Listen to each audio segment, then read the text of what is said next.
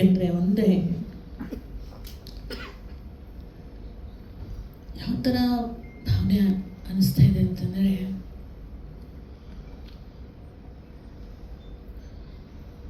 ನಮ್ಮ ಮನೆಗಳಲ್ಲೂ ಇದೇ ವಯಸ್ಸಿನ ಮಕ್ಕಳಿದ್ದಾವೆ.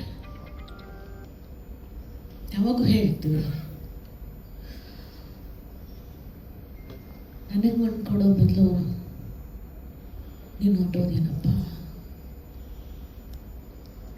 ತಂದೆ ತಾಯಿಗಳು ಹೆತ್ತ ಮಕ್ಕಳಿಗೆ ಮಣ್ಣು ಕೊಡೋದು ಅಂದರೆ ಎಷ್ಟು ದುಃಖದ ಸಂಗತಿನೋ, ಹಾಗೆ ನಮ್ಮ ಇಂಡಸ್ಟ್ರಿಯಲ್ಲಿ ಇಷ್ಟು ಚಿಕ್ಕ ಚಿಕ್ಕ ಹುಡುಗರು ಸಣ್ಣ ವಯಸ್ಸೆಲ್ಲ ಹೋಗ್ತಾ ಇರೋದು ಅಷ್ಟೇ ನೋವನ್ನು ಕೊಡ್ತಾ ಇದೆ ನಮಗೆ. ಸೊ ಹಾಗಾಗಿ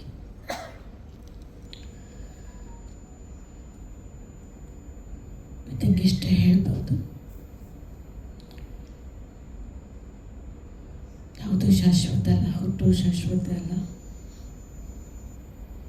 ಬದುಕಿ ಹೋಗೋದು ಯಾವುದು ನಾವು ತಗೊಂಡು ಹೋಗಲ್ಲ. ಇದೆಲ್ಲ ಮಾತುಗಳೆಲ್ಲ ಆಡೋಕೆ ಸ್ವಲ್ಪ ಆದರೂ ಕೂಡ ಬದುಕಿದ್ದವರಿಗೆ ಈ ನೆನಪುಗಳೇ ಒಂದು ರೀತಿಯ ನರಕ ಇದ್ದ ಹಾಗೆ.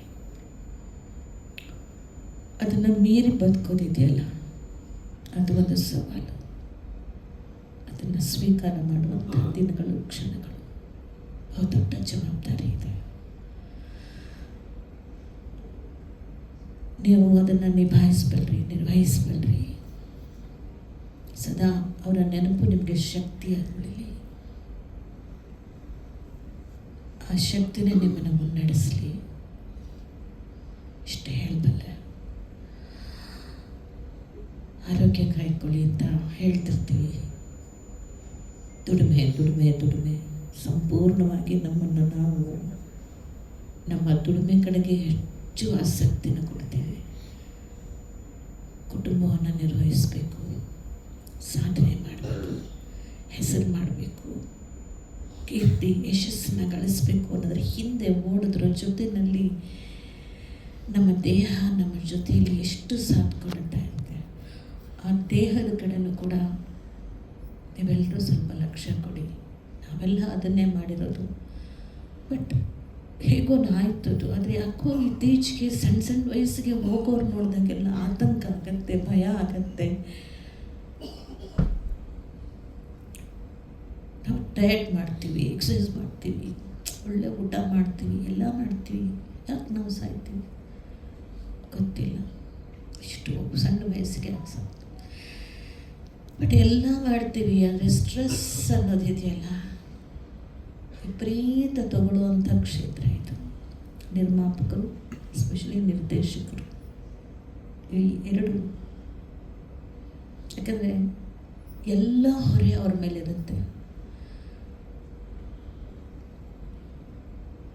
ಆ ಹೊರೆನ ಇಳಿಸ್ಕೊಂಡು ಜೀವನವನ್ನು ಒಂದು ಲಯದಲ್ಲಿ ತೊಗೊಂಡು ತುಂಬ ಕಷ್ಟವಾದ ಕೆಲಸ. ತುಂಬ ಜನ ಇದ್ದೀರಿ ನಿರ್ಮಾಪಕರಲ್ಲಿ, ತುಂಬ ಜನ ನಿರ್ದೇಶಕರಿದ್ದೀರಿ. ದಯವಿಟ್ಟು ರಿಕ್ವೆಸ್ಟ್ ಮಾಡ್ತೀನಿ, ನೀವು ಚೆನ್ನಾಗಿದ್ದರೆ ನಿಮ್ಮ ಹಿಂದೆ ಎಲ್ಲವೂ ಕೂಡ ಬರೋದಿದ್ರೆ ಬರ್ತಾನೆ ಹೋಗುತ್ತೆ. ನಿಮ್ಮ ಹಿಂದೆ ಅದು ಬರಲಿ, ಅದರ ಹಿಂದೆ ನೀವು ಓಡ್ತಾ ನಿಮ್ಮನ್ನು ನಂಬಿದವರ ಬದುಕಿಗೆ ನೀವಿಲ್ಲದ ಹಾಗೆ ಆಗದೇ ಇರಲಿ ಅಂತ ಆಶಿಸ್ತೀನಿ ಮತ್ತು ಹಾರೈಸ್ತೀನಿ. ನೀವೆಲ್ಲ ನಮ್ಮ ಜೊತೆಲಿ ಆರೋಗ್ಯವಾಗಿ, ನೆಮ್ಮದಿಯಿಂದ, ಸಂತೋಷದಿಂದ 100 ಕಾಲ ಬಾಳೋ ಇರಬೇಕು. ಅದನ್ನು ನಾವು ನಿರೀಕ್ಷೆ ಮಾಡ್ತೀವಿ. ಯಾಕಂದರೆ ನಾವು ಇನ್ನೆಷ್ಟು ವಯಸ್ಸು ಬದುಕಿರ್ತೀವಿ ಅಂತ ನಮಗೆ ಗೊತ್ತಿಲ್ಲ. ಆದರೆ ಇದನ್ನು ನೋಡಿದಾಗೆಲ್ಲ ನಮ್ಗೆ ನೋವಾಗ್ತಿರುತ್ತೆ, ತುಂಬ ನೋವಾಗ್ತಿರುತ್ತೆ. ನಮ್ಮ ಅಪ್ಪು ಸತ್ತಾಗಲೂ ಅಷ್ಟೇ ತುಂಬ ನೋವಾಯಿತು. ಹೀಗಾಗದೇ ಇರಲಿ ಭಗವಂತ, ಹೀಗಾಗದೇ ಇರಲಿ ಅಂತ ಹೇಳ್ತಾ ಎಲ್ಲರೂ ಜೊತೆಲಿದ್ದಾರೆ. ಇಡೀ ಇಂಡಸ್ಟ್ರಿ ನಿಮ್ಮ ಜೊತೆಲಿರುತ್ತೆ. ಧೈರ್ಯವಾಗಿರಿ.